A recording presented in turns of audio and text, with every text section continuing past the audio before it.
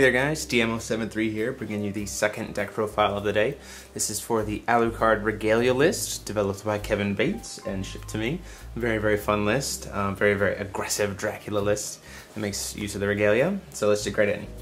So obviously Alucard has a J-activate of pay 0. You can only activate it if you control a vampire and something that your opponent controls hit a graveyard this turn. The wording on it's kind of weird, but that's how it works. So it has to be my turn, I have to control a vampire and kill something my opponent controls, then I can flip for free. You can also tap him to give target Resonator minus 300 until the end of the turn. So that's one of the ways that you can actually kill stuff. So you leave him untapped, tap during the upkeep, kill something, untap, flip himself over into Dracula. So this was Alucard, Dracula, reverse. Anyway, he is flying and imperishable naturally, and if a Resonator your opponent controls is put into a graveyard and it was dealt damage at all by Dracula, it comes over to your side of the field and becomes a vampire. And it gains Nightmare and Vampire, so it becomes a Nightmare Vampire in addition to its other races. So you start to steal your opponent's stuff, and that's where this deck really starts to gain momentum. So, stone lineup, we have Grusbalesta, because it's a black source and it helps to kill stuff. Lora the Pure Stone, because it can help pump up stuff, as well as, serve as a black source, or a red source if you need it.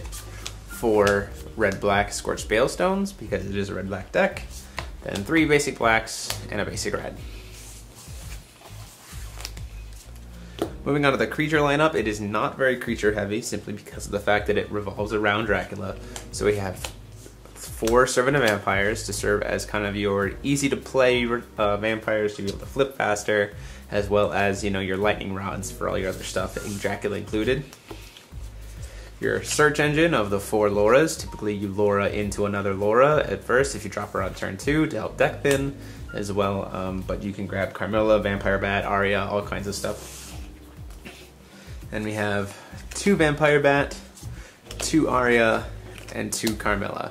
You're never really gonna get to Carmilla, and that's why this deck doesn't run more than 2, because typically you're gonna stay at around 2 to 3 will, so Carmilla is not necessarily as important. However, in some games you might get to 4, or you might have an opponent who decides to play kind of tricky and not have anything on field that you can kill with your spells.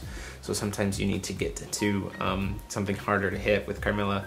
Vampire Bat is purely for the fact that you can pump up and gain a ton of life really quickly, as well as with Aria being the really good defensive figure, as well as being able to recur your vampires such as Servant, Lora for more searching, or Vampire Bat. And then simply to be able to possibly close out games, because you can incarnate really easily, we use 2 Byakhee, as well as you can pump up other creatures and give them flying and do all kinds of shenanigans that way. For the Regalia / spells, we run only 2 Excalibur for the target attack, and 4 Laevetain for the swiftness. 4 Thunders, because we want to be able to kill stuff fast. 4 Flames of Outerworld, because we want to be able to kill stuff fast. And then once Drac comes out, we have the 4 Duels of Truth, very quick. Pop, steal a creature, kill their dude. Dracula makes a lot of work, and it's very easy to play. 3 Alvarez, the Demon Castle, helps you recur your vampires from the grave, as well as pump them up. And Dracula is a vampire, so you can make Dracula much bigger with these. 3 Crimes and Punishment, just in case something happens and you have to crash your Dracula into a bigger figure, then you just Crime and Punishment it dies, and you still get to steal it because of Dracula. So, a lot of really cool things going on there. And then, we have 1 Stoning to Death just to kind of wrap up the spot removal kind of source. So there you have it, guys. That is the Dracula Regalia kind of aggressive deck. Let me know what you guys thought, what you would change, what you would do different, what you would do the same, and go ahead and like, comment, and subscribe as always. And until next time, this is DMO73 signing off.